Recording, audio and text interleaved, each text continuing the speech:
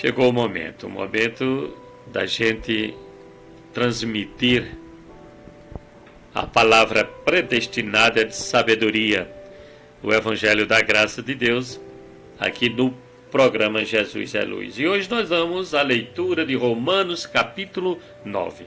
Vamos ler sem pressa, recebendo do Espírito Santo.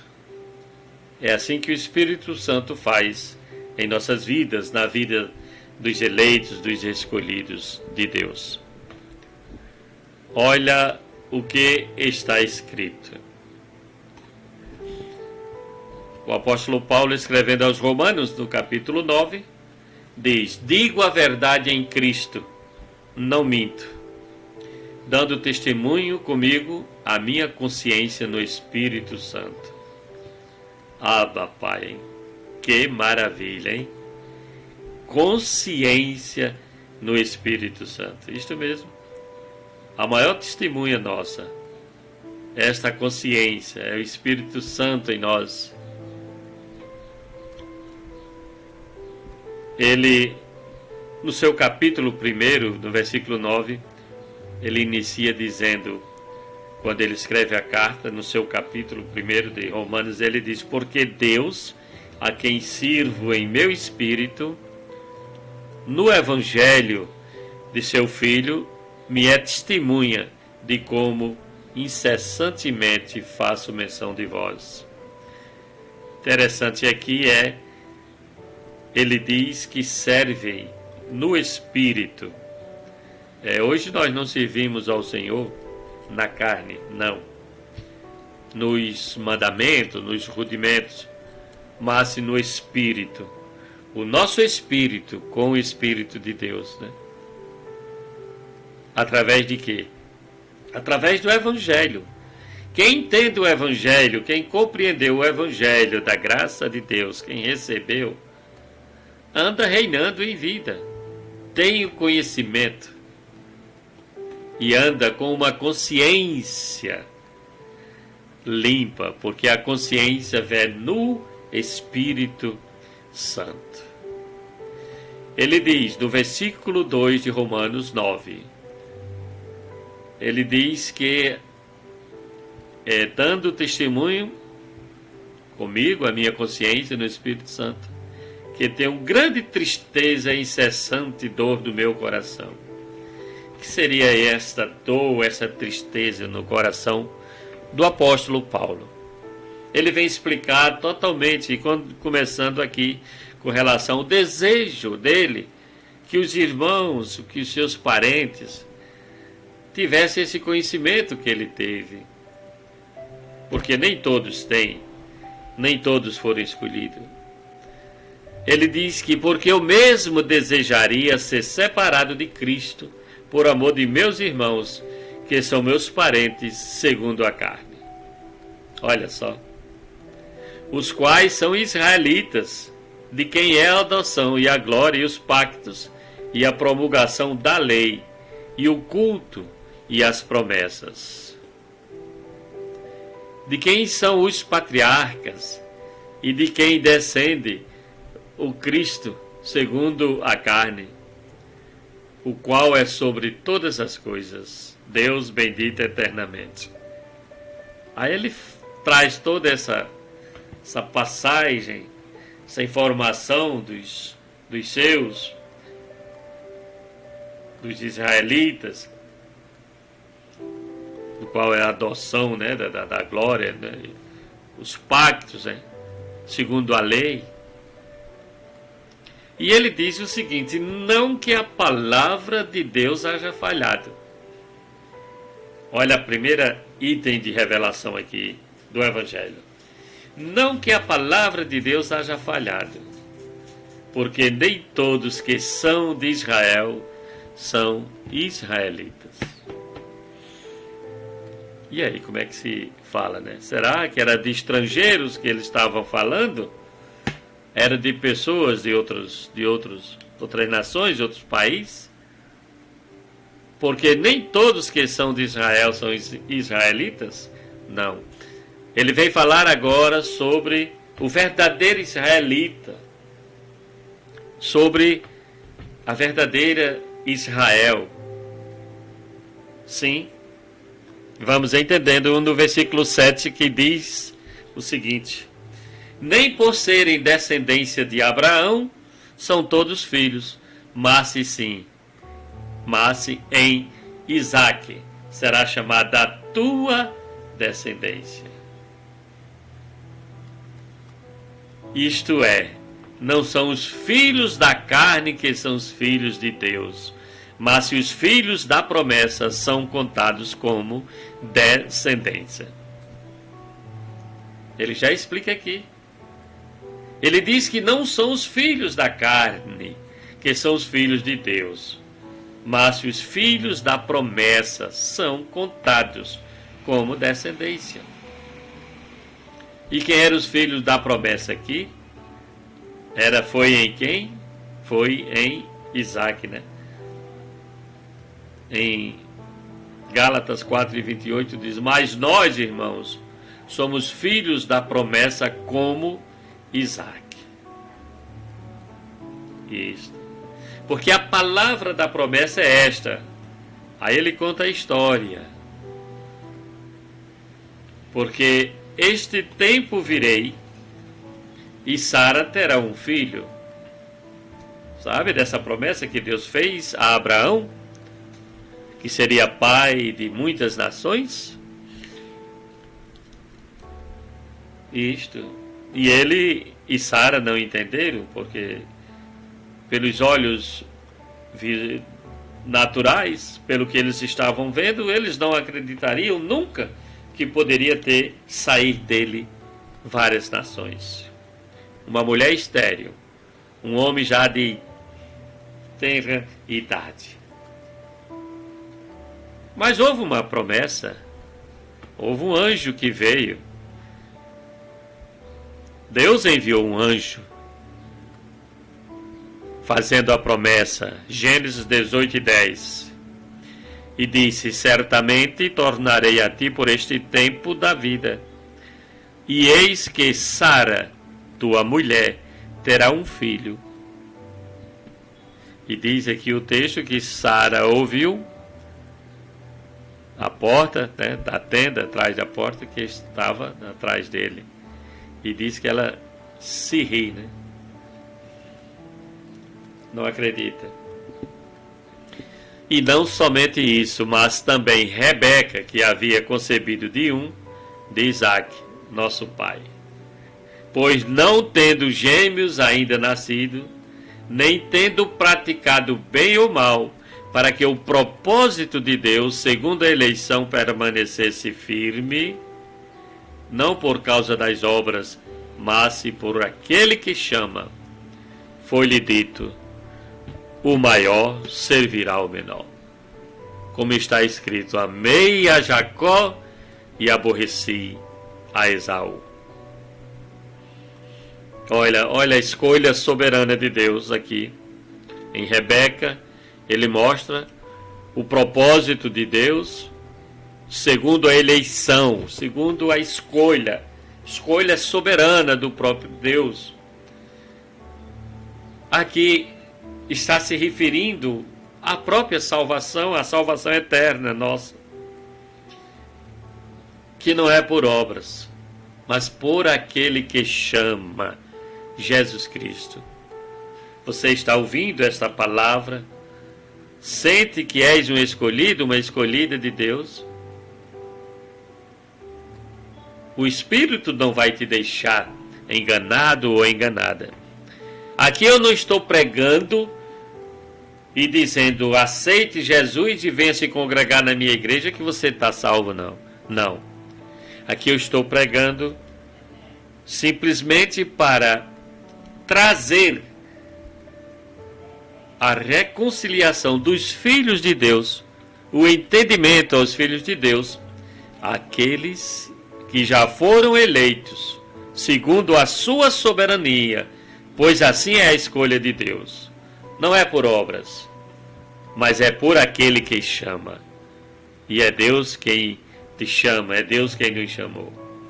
Em Tito capítulo 3, versículo 5, o apóstolo Paulo diz: não pelas obras de justiça que houvéssemos feito, mas se segundo a sua misericórdia nos salvou pela lavagem da regeneração e da renovação de quê? Do Espírito Santo. Não é da lavagem de água, não. A água teve um período de simbologia antes de Jesus. Não é mais necessidade. O chamado não era assim. Os chamados era para aquele que cresce. Para aquele que crê. Isto mesmo. Mas ele continua explicando aqui, dizendo, falando sobre essa escolha soberana, ele traz aqui com a questão de Jacó e Esaú. Eles não tinham nascido ainda, não tinham praticado bem ou mal, para que o propósito de Deus, segundo a eleição, permanecesse firme. Não. O propósito de Deus é único, é soberano. Independente do que você tenha feito ou que vai fazer.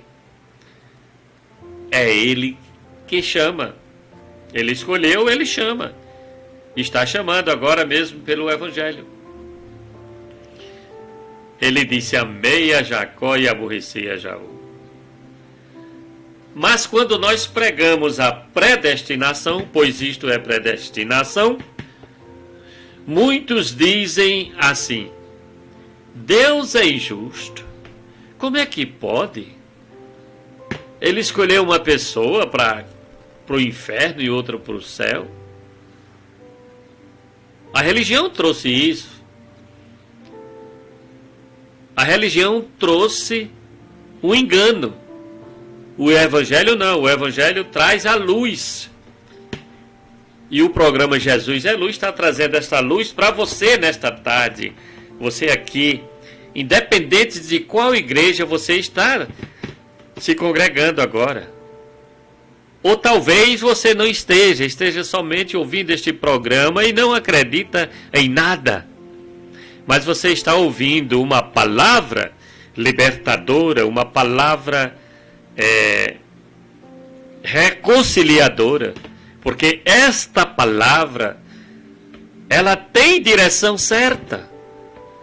E a direção certa é nos corações, ou seja, no espírito daqueles que Deus escolheu.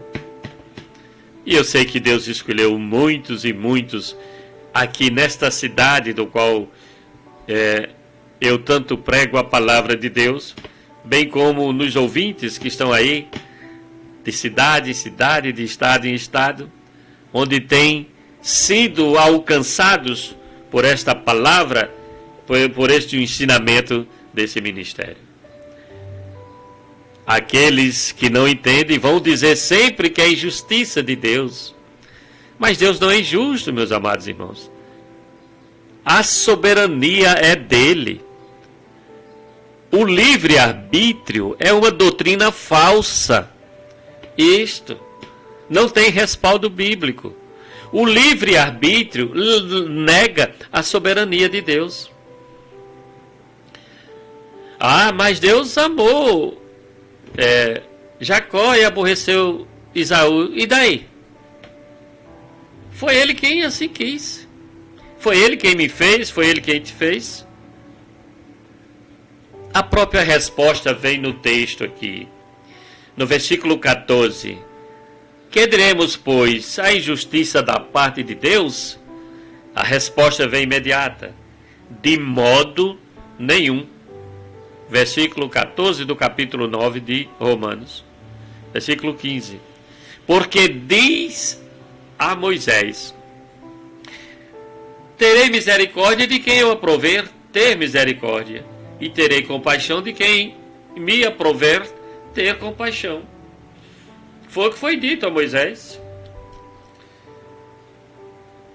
Os que tinham a lei sabiam disso. Nós sabemos de forma diferente, pela revelação da graça de Deus, pelo seu amor, pela sua bondade. Sim. No versículo 16 diz: assim, pois, isto não depende do que quer, nem do que corre, mas de Deus que usa de misericórdia. Ponto. Quantas pessoas vivem orando e dizendo: eu estou orando pela salvação do meu filho, eu estou orando pela salvação do meu esposo, da minha esposa. Foi a religião que disse isto. Mas não depende da sua oração nem da minha.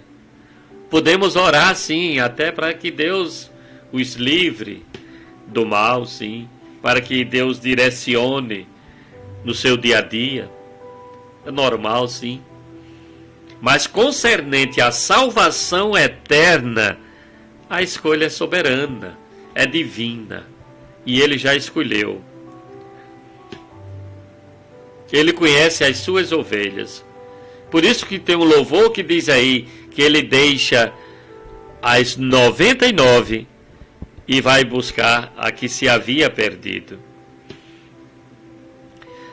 Quando diz que tem 100 é porque Ele tem um número exato, né? Continuando, no versículo 17 diz: pois diz a Escritura a Faraó. A Escritura fala sobre Faraó, um filho de perdição, sim. Mas quem levantou este filho de perdição? O próprio Deus, porque Ele é quem faz tudo em todos. Versículo 17: pois diz a Escritura a Faraó: para isto mesmo te levantei, para em ti mostrar o meu poder, e para que seja anunciado o meu nome em toda a terra. Portanto, tem misericórdia de quem quer, e a quem quer endurece. O coração de Faraó foi endurecido, né? Sim, para mostrar o que ele mostrou em toda a terra, o seu poder. Dir-me-ás então, por que se queixa ele ainda? Pois quem resiste à sua vontade? Quem é que resiste à vontade de Deus, hein?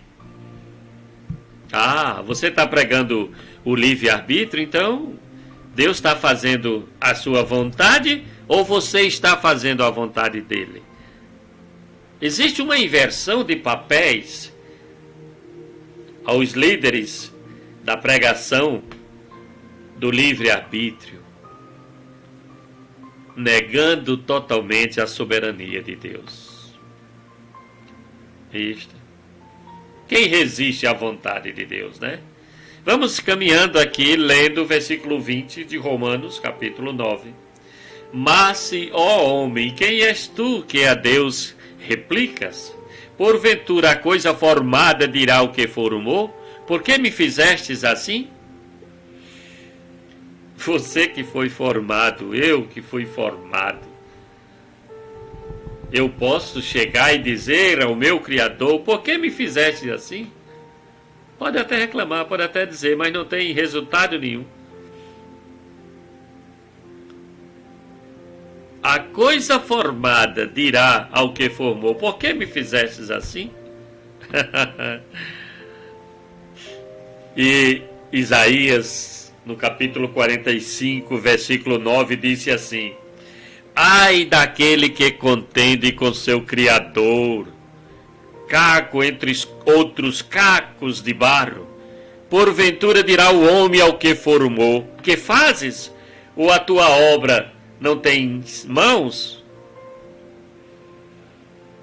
Não sei quantas vezes você tem replicado contra o Senhor, mas depois de ouvir esta mensagem nesta tarde, acredito que você não fará mais.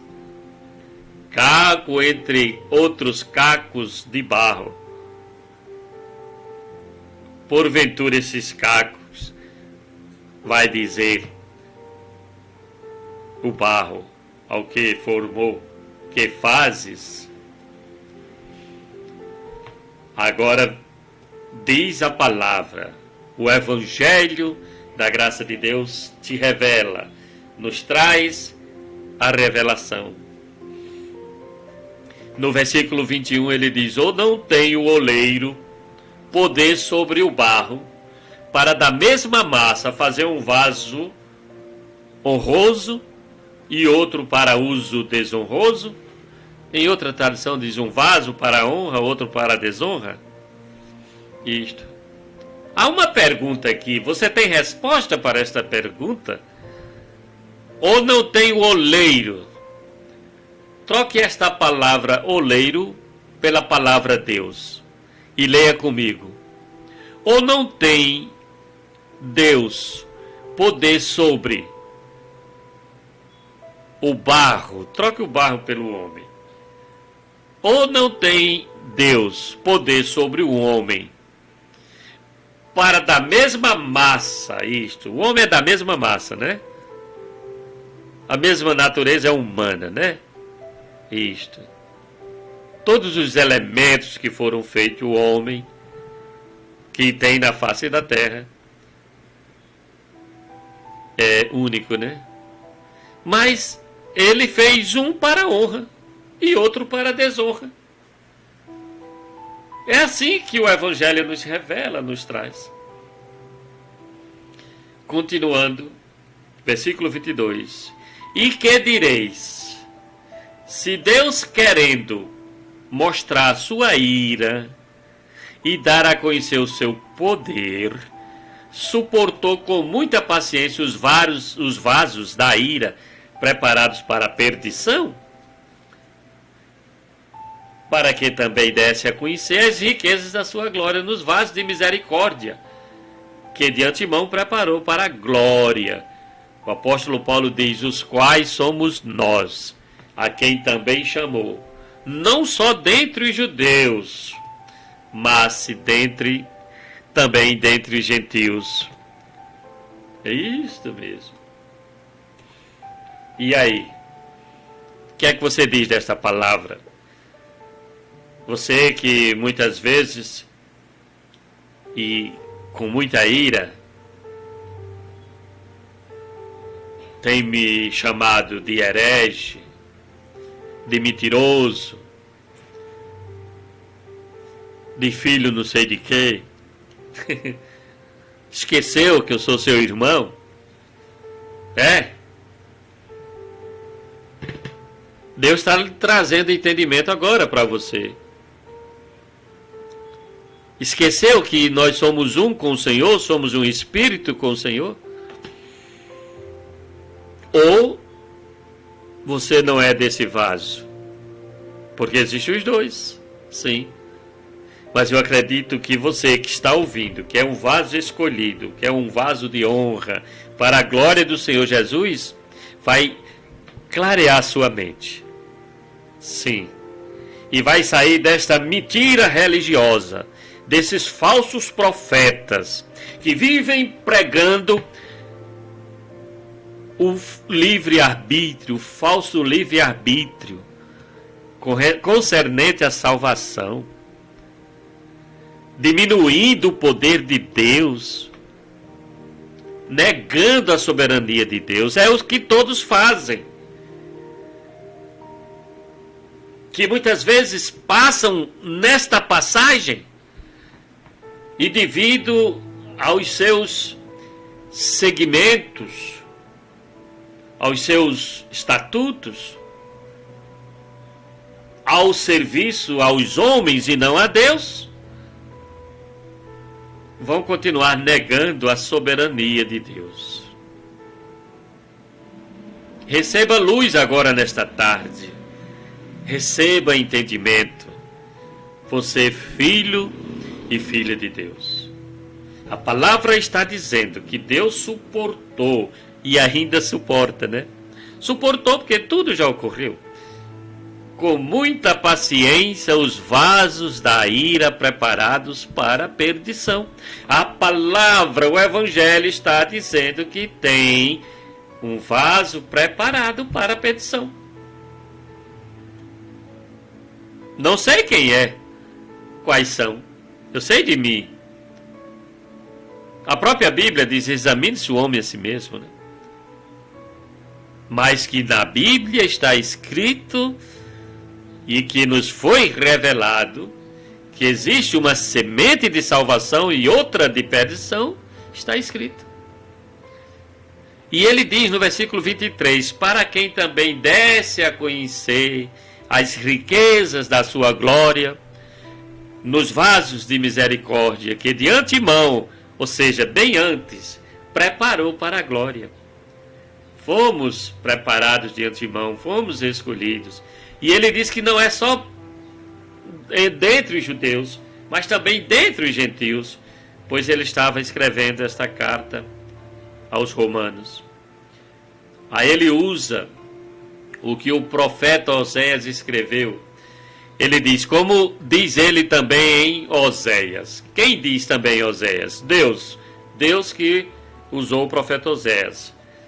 Disse o seguinte, chamarei meu povo a quem não era meu povo e amada a quem não era amada. E sucederá que no lugar em que eles foi dito, vós não sois meu povo, aí serão chamados filhos do Deus vivo. Assim eles diziam, né? Os judeus, que não tinha ninguém entre os gentios que fosse povo de Deus. Só que Deus já havia escolhido, eleitos e predestinados para a glória do seu nome. Ele mostra também no profeta Isaías que exclama acerca de Israel, dizendo, ainda que o número dos filhos de Israel seja como a areia do mar, o remanescente é que será salvo. Porque o Senhor executará a sua palavra sobre a terra, consumando-a e abreviando-a. E como antes dissera Isaías, se o Senhor dos exércitos não nos tivesse deixado descendência, teríamos sido como Sodoma e seríamos semelhante a Gomorra. O Senhor deixou a descendência, o Senhor deixou a semente de salvação. Isto. Senão seríamos mesmo como Sodoma e Gomorra. Que diremos, pois? Que os gentios que não buscavam a justiça alcançaram a justiça, mas se a justiça que vem de quê? Da fé. Mas se Israel, buscando a lei da justiça, não atingiu esta lei. Por quê? Porque não a buscavam pela fé, mas como que pelas obras. E tropeçaram na pedra de tropeço. Tropeçaram na pedra de tropeço. Foi uma pedra de tropeço que Deus mesmo colocou para ser tropeçado. Como ele disse, eis que eu ponho em Sião uma pedra de tropeço e uma rocha de escândalo, e quem nela crê não será confundido. Papai, olha só. E quem nela crê não será confundido. Quem é esta pedra, hein? É Jesus, né? Pai, que nós cremos, né? Amém? Nós daremos continuidade, falando ainda sobre a escolha soberana, a soberania de Deus, o falso livre-arbítrio, a salvação eterna, que não é pelas obras, não é pela lei, nunca foi nem será por obra nenhuma, mas por aquele que escolheu, Jesus Cristo, pela graça sobre graça em nós. A partir do próximo programa, no capítulo 10 de Romanos. E assim você vai entendendo o plano de Deus para a minha vida e para a sua vida, escolhido e escolhida de Deus.